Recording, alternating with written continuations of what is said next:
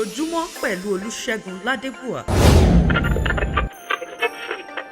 Episteli ti Paulu Aposteli ti ọmọ ará Efesu orí kẹfà. Àti rémi a lè fu ohun mi n lè máa fu oya yàrún rémi a tún máa ṣàfihàn àwọn ohun jìnlẹ̀ tí yìn rere tó dárún rémi ṣe jẹ́ òkọ̀ nínú ẹ̀wọ̀n èmi lè máa fu gboyà sọ̀rọ̀ nínú rẹ̀ gẹ́gẹ́ bó ń titọ́ mi láti máa wí ṣùgbọ́n bẹ́ẹ̀ pẹ̀lú lémù oorun ṣe rí mi àti bí mi ti ń ṣe kíkú arákùnrin olùfẹ́ àtúrànṣẹ́ olóòótọ́ nínú Ọlọ́run Olódùmarè aṣàlàyé rún ẹni kíkún ọ̀nìrìn mú ránṣẹ́ mẹ́ tó dárún èyí ẹ̀ lè mọ̀ bá àti wà òun lè tu ọkàn rẹ nínú àlàáfíà rọ̀ wọn ara àtúfẹ́ pẹ̀lú gbàgbọ́ látọ̀dọ̀ Ọlọ́run bàbá wa àti Olódùmarè Jésù Kristi ẹni tí orí ọ̀fẹ́ wà pẹ̀lú dédé ọmọ rẹ̀ fẹ́ Olódùmarè ẹni Jésù Kristi ní àìṣẹ̀tàn àmín.